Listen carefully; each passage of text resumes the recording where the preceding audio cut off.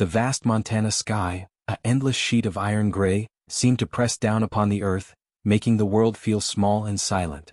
Below it, the world was a palette of faded colors. The dull gold of late autumn grass, the dark, skeletal fingers of bare trees, and the weathered brown wood of a lonely ranch house. This was the world of Jasper, a man who carried a weight far heavier than any hay bale he had ever lifted on his broad shoulders. Inside that quiet house, the silence was not peaceful. It was a thick, heavy thing, broken only by the ticking of a grandfather clock that seemed to mark time he was losing. Jasper stood at the window, his calloused hand resting on the cold glass, his blue eyes looking out but seeing nothing of the rolling hills. He was looking into the past, at a memory of a life that felt like it belonged to someone else. A little over a year had passed since the fever had taken his beloved Mary, but the wound in his heart was as fresh and raw as if it had happened yesterday. The ranch, once a place of bustling life and shared dreams, now felt like a giant, empty shell. The chores were endless, the days were long, and the nights were even longer. He was a cowboy, strong enough to break a wild horse and brave enough to face a mountain lion, but he felt completely powerless against the tide of grief that threatened to drown him every single day. His thoughts were interrupted by a soft sniffle from the corner of the main room. There, on a rug that had once been bright and cheerful, sat his 2 reasons for getting out of bed each morning. Levi and Lila, his 5-year-old twins. They were small for their age, with their mother's fair hair and wide, thoughtful eyes. Right now, those eyes were filled with a sadness that no child should ever know. They were quietly playing with a set of worn wooden blocks, but their play lacked the energy and laughter it should have had. Jasper's heart ached as he watched them. He saw the way Lila would sometimes look towards the door, as if waiting for someone who would never come back. He saw how Levi, trying to be the strong little man, would pat his sister's hand when she looked like she might cry. They were so young and they had lost so much. Jasper felt a familiar wave of guilt wash over him. He was their father. He was supposed to fix things, to make everything better. But how could he fix this gaping hole in their lives? He could mend a fence, he could deliver a calf, but he didn't know how to mend their broken hearts when his own was shattered into 1,000 pieces. The room around them was a testament to his struggle. A fine layer of dust coated the mantelpiece. A small pile of mending clothes with tiny tears and missing buttons sat in a basket by the fireplace, untouched for weeks. The supper dishes from the night before were still on the kitchen table, a stubborn reminder of how his energy failed him completely once the sun went down. He tried, he truly did. He made simple meals of beans and bacon. He made sure the children were washed and dressed, but the warmth, the gentle order that Mary had brought to their home was gone. He felt like he was failing them every single day, and that was a pain sharper than any spur. He had been raised to have faith, to believe in a plan greater than his own, but standing in that quiet, dusty house, it was hard to believe in anything at all. God felt as distant as the mountains on the far horizon. Just then, the first low rumble of thunder echoed in the distance. Jasper watched as the sky grew even darker, the iron-gray clouds churning with a hidden fury. A sharp wind picked up, whistling a lonely tune through the cracks in the window frame. Inside, Levi's head popped up, his eyes wide. Lila immediately scrambled to her feet and ran to her father, clutching his leg. "Papa?" she whispered, her voice trembling. Another, louder crack of thunder split the air, and the sky opened up. Rain began to fall, not a gentle patter but a hard, driving downpour that lashed against the windows. The twins, frightened by the sudden fury of the storm, began to cry in earnest now, their small sobs adding to the howl of the wind. Jasper knelt down, gathering them both into his strong arms, feeling their little bodies shake. He tried to shush them, to whisper that everything was all right, but his words felt hollow. Nothing felt all right. It was in the middle of this chaos, with the storm raging outside and the children crying inside, that a new sound cut through the noise. It was not the wind or the thunder or the rain. It was a sound that had become unfamiliar in this house. A firm yet gentle knock on the front door. Knock, knock, knock. Jasper froze. No one came out this far, especially not in a storm like this. Who could it be? His first feeling was one of annoyance, an intrusion on their private misery. Carefully, he pried the children from his legs and stood up, his boots making a soft thud on the wooden floor as he walked to the door. He hesitated for a moment, his hand hovering over the latch, before he pulled the heavy door open. The wind whipped a spray of cold rain into his face. And there, standing on his porch, was a woman.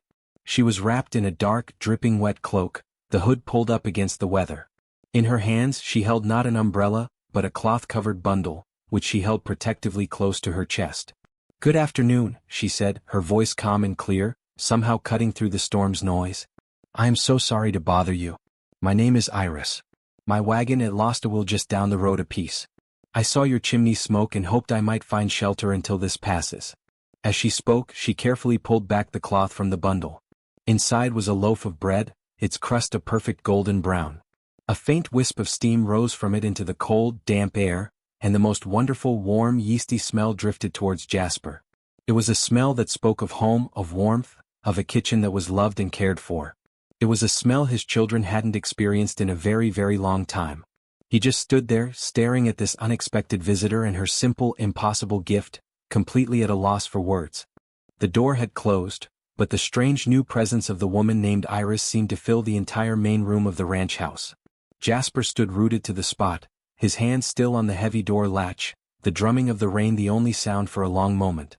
He was a private man, his grief and his struggle a fortress he had built around himself and his children. This stranger, this Iris, had simply walked through the gates as if they weren't even there. His first instinct, a sharp and protective one, was to usher her back out into the storm the moment it eased. But then his eyes fell upon his children. Levi and Lila had stopped their frightened crying. Their tears were still wet on their cheeks, but their wide, curious eyes were fixed not on the storm outside, but on the newcomer and the mysterious, fragrant bundle she held in her hands. The simple, powerful aroma of fresh bread had cut through their fear in a way his own shaky comforts never could. Iris, seeming to understand the delicate balance of the moment, did not wait for an invitation. With a quiet grace that was both confident and gentle, she knelt down, placing the wrapped bread carefully on the floor beside her. She pushed back the hood of her cloak, revealing a face that was kind and calm, framed by dark hair damp from the rain. She did not look at Jasper with pity, which he would have hated, nor with judgment for the state of his home. She looked at the children. "My, what a loud noise that storm is making," she said to them, her voice as warm as the bread she had brought. "It can be very surprising, can't it? But you know, it is just the sky having a good, strong conversation with the earth. It will pass soon." She smiled, a genuine gentle curving of her lips, and held out her hands, not to touch them but as an open offer. Lila, who was usually so shy, took a small, hesitant step forward.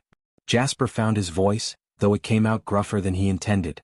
"Your wagon," he said, "I can take a look at it once the rain lets up." It was a statement of practical help, a way to re-establish control over the situation. Iris looked up at him and nodded. "That is very kind of you, mister?" "Jasper," he supplied almost reluctantly. "Jasper," she repeated, and the way she said his name sounded respectful, not familiar. She then turned her attention back to the children. "My name is Iris.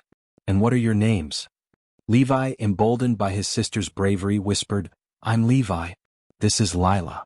"Levi and Lila," Iris said, as if their names were the most important ones she had ever heard. "What fine strong names." As she spoke, she untied the cloth around the bread fully. The golden brown loaf seemed to glow in the dim light of the room. "I was on my way to town when my wheel decided it had had enough adventure," she continued conversationally. "I thought I might need something to share in case I found help. Would you two like a small piece? It is still a little warm." Jasper watched, a complex storm of emotions warring within him as his children, who had been so desolate moments before, nodded eagerly. With clean, careful movements, Iris broke off 2 small pieces of the soft, steaming interior of the loaf and handed one to each child. They took them with reverent silence and began to eat. The simple act of eating fresh, warm bread seemed to transform them. A tiny light, one Jasper hadn't seen in months, flickered behind their eyes. He felt a confusing mix of gratitude and a sharp, painful resentment. Why could this stranger, with a simple loaf of bread, bring them a moment of peace when he, their own father, had failed for a year? The rain began to slow its frantic pace, softening to a steady, gentle shower. "I should see to that wheel," Jasper said, needing an escape from the confusing feelings in his own home. He pulled on his heavy coat and went out into the wet, the clean, cold air, a relief from the thick atmosphere inside. The repair was a simple matter of a split pin that had worked itself loose and fallen out. He found it glinting in the wet grass near the lame wagon, which was neatly packed with a few trunks and boxes. He fixed it quickly, his strong, capable hands making short work of the task. When he returned to the house, he stopped short in the doorway. The scene inside had changed again. Iris was still on the floor, but now she had a small worn cloth doll from Lila's forgotten toy basket and was making it walk along the floorboards towards Levi's block tower. Lila was giggling, a soft, breathy sound that was like a forgotten song to Jasper's ears. Levi was smiling, a real, genuine smile that crinkled the corners of his eyes. The bread was half-eaten on its cloth, and the dusty, sorrowful room suddenly felt a little less dark. "The wheel is fixed," Jasper announced, his voice softer this time. Iris looked up, her expression one of sincere gratitude. "Thank you, Mr. Jasper. I am in your debt." She stood up, brushing her skirt smooth. "I should be on my way. I have taken too much of your time." As she moved to leave, Lila's little hand darted out and grabbed the fabric of her skirt. The child didn't say anything, but the desperate, pleading look in her eyes was a shout in the quiet room. Iris's kind face softened with a deep, understanding sadness. She knelt again. "Thank you for sharing your home with me for a little while, Lila and Levi," she said softly. "It was the coziest shelter from the storm I could have asked for." She then looked at Jasper, her gaze direct and honest. "I am settling in the old Miller place just past the creek. It is a quiet spot and I have no one waiting for me. If ever you need an extra hand with the children or with the mending," she gestured slightly towards the forgotten basket by the hearth, "I would be happy to help. It is a lonely thing being new to a place." Before Jasper could form a refusal, she had pulled her hood up, given the children one last smile and slipped out the door. The following days felt different. The memory of the warm bread and the sound of his children's laughter hung in the air. Jasper found himself looking down the road towards the creek more often than not. A few days later, he came back from checking the north pasture to find a small bunch of late-blooming wildflowers, purple and yellow, sitting on the porch step. There was no note.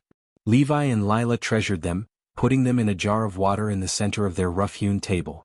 Another time, a few days after that, a small basket of apples appeared. The children, who had been listless, now ran to the window every morning, hoping to see her. Jasper's stubborn resistance began to wear down. He saw how their little faces lit up at the mere possibility of her visit. He saw how the dust seemed a little less thick, the silence a little less heavy on the days following one of her small gifts. Finally, swallowing his pride, he hitched the wagon one afternoon. "We're going for a ride," he told the twins, who cheered with an excitement that was both wonderful and painful to hear. They drove to the old Miller place. They found Iris in the overgrown garden, wrestling with a stubborn thorn bush. Her face, when she saw them, broke into a smile of pure, unguarded delight that made something tight in Jasper's chest loosen just a little. After that, her visits became a regular, blessed part of their routine. She would come for a few hours 2 or 3 times a week. She would mend clothes while telling the children stories. She showed Lila how to braid corn husks into little dolls and helped Levi whittle a simple horse from a piece of soft pine. She never tried to take their mother's place, but she filled a space that had been achingly empty. She brought with her a sense of order and gentle purpose. One afternoon, Jasper came in from the fields to the smell of stew simmering over the fire. The house was tidy. The children were clean and chattering happily. He looked at Iris, her hands dusted with flour as she rolled out biscuits, and he felt a feeling he thought had died with Mary, a flicker of hope. It was small and fragile, but it was there. He was starting to believe that maybe, just maybe, they could be a family again. Not the same family, but a new one built on the foundation of the old. He was starting to believe that God had not forgotten them after all, that this kind, quiet woman was an answer to a prayer he had been too angry and hurt to ever speak out loud. The golden days that followed Iris's return to the ranch felt like a balm to Jasper's weary soul. The hope that had flickered to life within him grew steadier, fed by the simple, profound joy that now filled his home. Levi and Lila blossomed under Iris's gentle attention. Their laughter, once a rare and precious sound, now echoed through the yard as they helped her in the small vegetable garden she had started near the kitchen door. She taught them how to press seeds into the dark soil, explaining that it was an act of faith, trusting that the sun and the rain would work together to bring forth life. Jasper found himself listening to her quiet lessons, finding a strange comfort in them. The ranch itself seemed to sigh with relief. The fences were straighter, the hearth was brighter, and the weight on Jasper's shoulders felt a little lighter each day. He began to look forward to the sound of her light knock on the door, to the way she would look up and smile when he came in from the fields, a simple gesture that made him feel seen, not as a struggling widower but as a man. This newfound peace, however, was a fragile thing, and it was shattered one afternoon by a well-meaning but clumsy word. A neighboring rancher, an older man named Mr. Abernathy, had come by to discuss a strayed calf. He stood on the porch, his eyes crinkling as he watched Iris hanging laundry on the line with the twins diligently handing her clothespins. "Well, I'll be," the old man said, a jovial tone in his voice. "Looks like you've managed just fine for yourself, Jasper. Got yourself a new wife and a mother for those young uns all in one. The good Lord does provide, doesn't he?" He clapped Jasper heartily on the back, completely unaware of the icy chill his words sent through the younger man's veins. Jasper forced a tight-lipped smile and saw the man off, but the words echoed in his mind, growing louder and more distorted with each repetition. A new wife. A new mother. They felt like a betrayal, a sacrilege against the memory of Mary. The fragile hope he had been nurturing curdled into a sharp, defensive guilt. That evening, a coldness settled over him that even the warm fire in the hearth could not dispel. He watched Iris reading a story to the children, Lila tucked against her side and Levi leaning on her knee, their faces bathed in the firelight and full of contentment. The scene that had, just hours before, filled him with warmth, now felt like a betrayal. He was letting this happen. He was allowing another woman to step into Mary's chair, to hold Mary's children. The love he still carried for his first wife felt like a wall, and Iris's kindness was suddenly a threat trying to scale it. Later, after the children were asleep and the house was quiet, he found her wiping down the kitchen table. The words came out of him, harsh and unyielding, forged in the furnace of his own pain. "Iris," he began, his voice rough. This has to stop. You're coming here." She froze, the cloth still in her hand, and looked at him. Her eyes, usually so calm and understanding, were wide with shock and a dawning hurt. "I don't understand," she said softly. "The children, they are doing so well." "That's the problem," he said, the words louder than he intended, fueled by his own turmoil. "They're getting too attached. It's not right. It's not fair to Mary's memory. I appreciate your help, I do. But we have to manage on our own. We have to." He could not meet her gaze, staring instead at the worn floorboards. "It's best if you don't come back." The silence that fell between them was heavier than any that had filled the house before her arrival. He saw her hands, usually so steady, tremble slightly as she folded the damp cloth. She did not argue. She did not cry. She simply nodded, a slow, sad movement that conveyed more disappointment than any shout could have. "I see," she whispered. She walked to the hook by the door and took her shawl. Before she left, she turned back to him, her face pale but composed. "I will pray for you, Jasper. And for Levi and Lila. I will pray that you find the peace you are searching for." And then she was gone, the door closing with a soft, final click that seemed to seal the fate of the little house.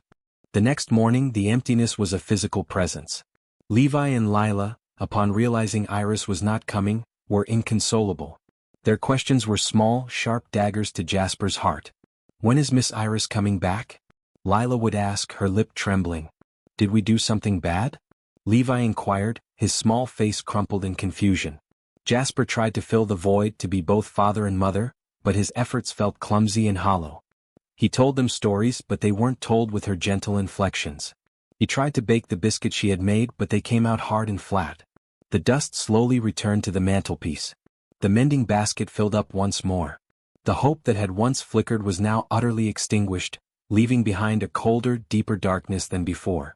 He had sent away the very light that was healing his family, and the guilt of that decision was a constant, gnawing companion. Weeks turned into a bleak and bitter winter. The world outside turned white and silent, mirroring the desolation within the ranch house. The wind howled around the corners, a lonely sound that seemed to mock Jasper's isolation. Then one frigid night, the cold outside found its way inside little Levi. He developed a fever, a burning, terrifying heat that seemed to consume his small body. Jasper did everything he knew how to do. He applied cool cloths, he made a bitter tea, he sat by the bed hour after hour, but the fever did not break. Lila, frightened, huddled in her own bed, watching her brother with wide, scared eyes. As the night wore on, a profound and absolute helplessness descended upon Jasper. He was a strong man, but his strength was useless against this invisible enemy. He looked at his son's flushed face, listening to his ragged breathing, and he knew with a chilling certainty that he was going to fail. He was going to lose Levi just as he had lost Mary. Driven by a despair so complete it shattered the last of his pride, he fell to his knees beside the rough-hewn bed. He bowed his head, and for the first time in over a year he truly prayed. It was not a polite, formal prayer. It was a raw, desperate cry from the deepest part of his soul. "God," he whispered, his voice cracking. "I have been so proud. and so wrong. I pushed away the help you sent. I have made a mess of everything. Please, please don't take my boy.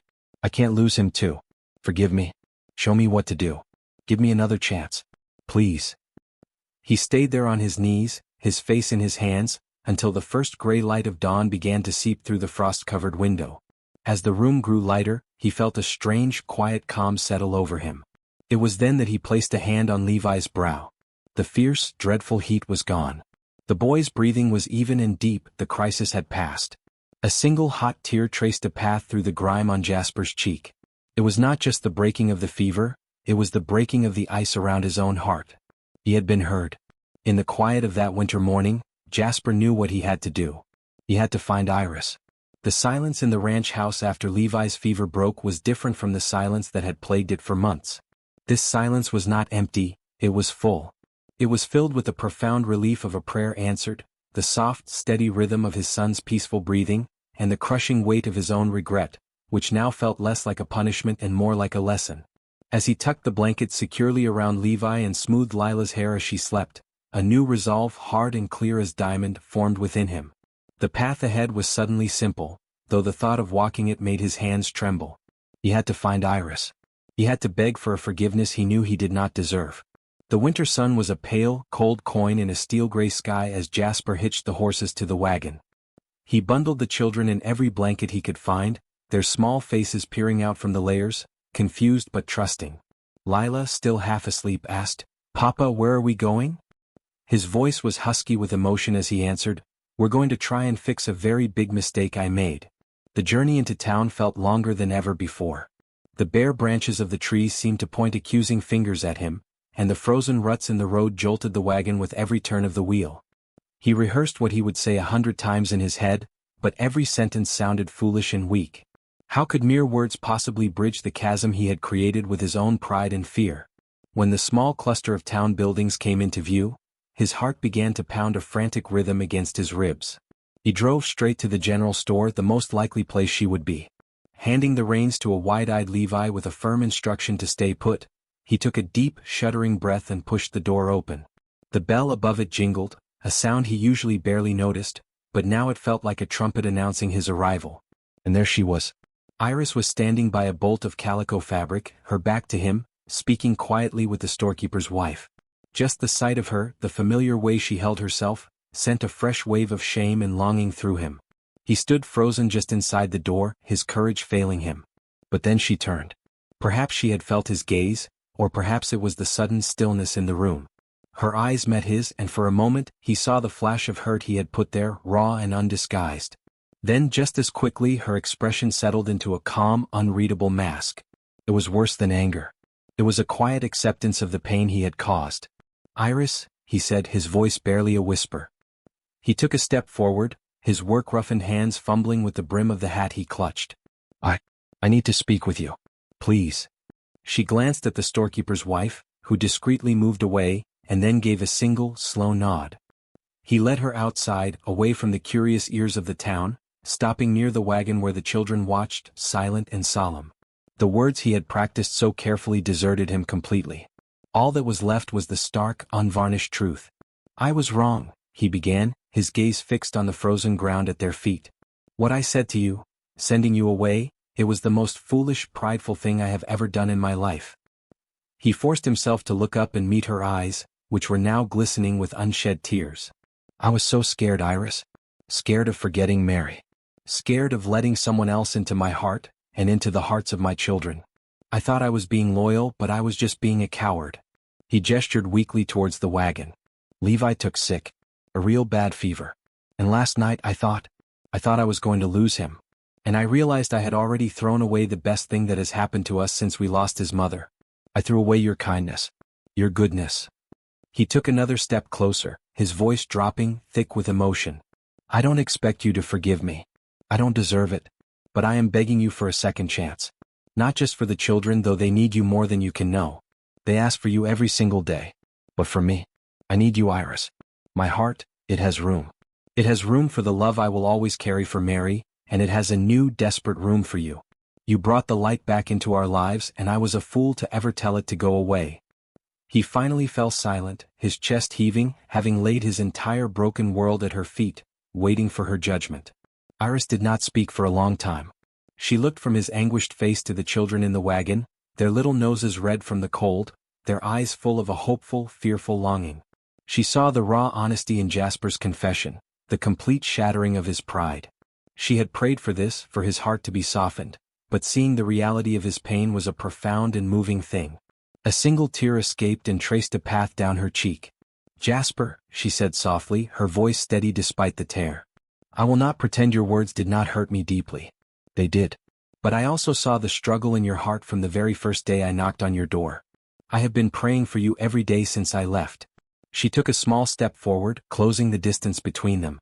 "And a prayer answered is not something to be turned away. Yes, I will give you a second chance."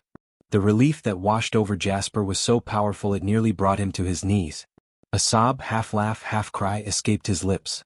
From the wagon, Lila clapped her little hands together and Levi let out a happy whoop. The sound broke the last of the tension, and a genuine, tearful smile finally spread across Iris's face. From that day their courtship began in earnest, no longer shadowed by the ghost of the past, but building a foundation for the future. Their time together was filled with a new sweetness and purpose. They took long walks with the children, Jasper pointing out the signs of the coming spring, Iris naming the early wildflowers. They sat together in church on Sundays and Jasper found himself listening to the sermons with new ears, his faith, once a forgotten ember, now kindling into a steady flame. He learned about her own losses and her journey of faith that had led her to this town, and he shared stories of Mary with her, finding that speaking of his first wife to Iris no longer brought sharp pain, but a gentle, bittersweet gratitude. Months passed and the ranch was once again filled with laughter and life. The spring arrived in a riot of green and color, and it felt like the whole world was celebrating with them. One warm evening, as the fireflies began to blink like tiny stars in the gathering dusk, Jasper led Iris to the big oak tree at the edge of the yard, the same tree whose branches had sheltered the house from the worst of the winter winds. The children were playing nearby, their voices a happy murmur. He took both of her hands in his calloused thumbs gently stroking her knuckles. "Iris," he began, his voice full of a love so deep and sure it made her catch her breath. "You walked into our storm and brought the calm. You found our broken pieces and showed us how to be whole again. You have given me back my faith and my family. I love you with all that I am and all that I hope to be. Will you do me the greatest honor? Will you be my wife?" Tears of pure joy filled Iris's eyes as she looked at the man before her, a man transformed by grace and love. "Yes, Jasper," she whispered, her voice clear and sure. "Yes, 1,000 times yes." Their wedding was a simple, joyful affair held as the spring blossoms were at their peak. Levi, looking very serious, held the wedding ring, and Lila scattered flower petals before her new mother. When the preacher pronounced them man and wife, and Jasper leaned down to kiss his bride, the small congregation of neighbors and friends saw not just a man and a woman joining lives, but a family being made whole, a testament to the power of forgiveness and a second chance, faithfully given and gratefully received. The seasons turned on the ranch, each one painting the land with its own unique brush. The vibrant greens of spring deepened into the golden haze of summer, which then gave way to the fiery blaze of autumn. Through it all, the love that had taken root in the heart of the old house grew stronger and more resilient with each passing day. Jasper and Iris's marriage was not a frantic, passionate fire, but a steady, warm hearth, banked with mutual respect, shared faith, and a deep, abiding affection. The ranch, once a place of struggle, now hummed with a peaceful, productive energy. Jasper worked the land with a renewed sense of purpose, not just as a duty, but as a legacy he was building for his family. Iris tended the home and the children with a love that was both gentle and strong, her presence a constant, calming force that wove their lives together into a beautiful, sturdy tapestry. Levi and Lila flourished under the secure blanket of their parents' love. The lingering shadows of sadness in their young eyes had been completely chased away by the sunshine of a stable and happy home. They called Iris Mama, now, the title coming as naturally to their lips as breathing, and it filled Jasper's heart with a joy so profound it sometimes brought tears to his eyes. He saw his first wife smile in Lila's laughter and her thoughtful nature in Levi's quiet moments, but he no longer felt the sharp sting of grief. Instead, he felt a peaceful gratitude that her children were so loved and cared for. The family's faith became the central pillar of their home. Evenings were often spent reading together from the Bible, its stories of hope and redemption taking on a new, personal meaning for all of them. They gave thanks for their food, for their health, and for the miraculous way their family had been stitched back together. It was on one such quiet evening, with a crispness in the air that promised a change, that Iris placed her hand gently on Jasper's arm. The children were playing with a set of carved wooden animals on the rug. "Jasper," she said softly, her eyes shining with a secret, joyful light. "I have something to tell you." She guided his hand to rest on her abdomen. "Our family is going to grow. We are going to have a baby." The news settled over Jasper not as a shock, but as the final beautiful piece of a puzzle falling perfectly into place. A wide, awe-filled smile spread across his weathered face. He pulled her into a careful, tender embrace, his heart too full for words.